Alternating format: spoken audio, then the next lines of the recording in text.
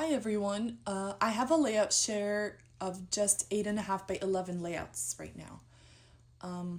Let's get started. For this, I watercolored some hearts and filled those shapes in with stamping of the same color. And I also used scraps to kind of frame the layout. This was for counterfeit kit. I used some papers that I still had there, punched them out, used lots of circles here. Here I used some more muted colors. I don't typically go for that, but sometimes I get them maybe in like a mystery box or something. And I do try to use some, or at least most of it. I might not use up like a whole sticker sheet, but we'll see. I just tried to pull also some scraps that worked well together. And by the way, these are rainbows, but if you put them, a lot of them together, they look like scallops. I saw that idea from Missy Whitten when she was doing some mixed media on a background. Here I used some free printables from Simple Stories. I think online on their website they might still have like all the monthly printables for free. So that's too good to pass up. Here I did use some hip kit things I wanted to use up and some scraps, I guess. Yep. This was for Lasting Memories. I was guest designing for them in November. We were to be inspired by a children's book, and for this week it was Where the Wild Things Are. This is kind of a just for fun and using up scraps. This is also a free printable from Simple Stories. Counterfeit kit that I used. Some cut aparts. This is an Echo Park kit called Year in a Review. Very, very bright. Simple Stories. It's summer. It's fitting. And here I have my little dinosaur. This is a Cartabella collection. Little Boy, I think it is. So I know this paper is Pretty Little Studio, and then I just have kind of random little things. Hip Kit Club Wood Veneer. This is from a tag stack, I think, by DCWV.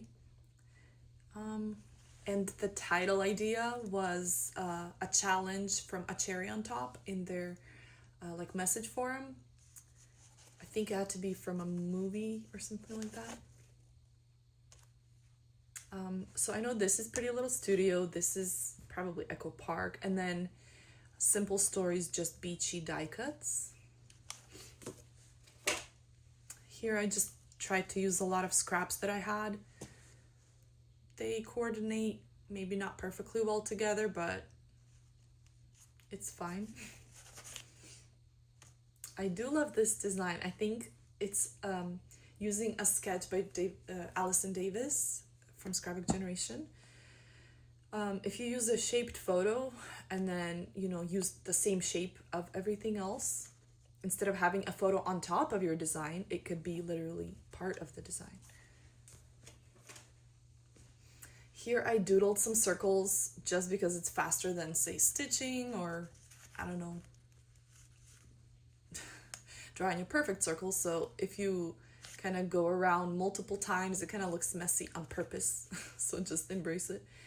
I have these super cute clear stickers from Hobby Lobby and some fall stuff like from Spellbinders Autumn Archives by Kelly Bangs. I do love that stuff. Oh, I found these from another layout.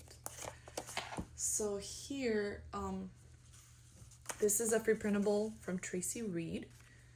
She has, I think, like one collection for free on her website, so check that out.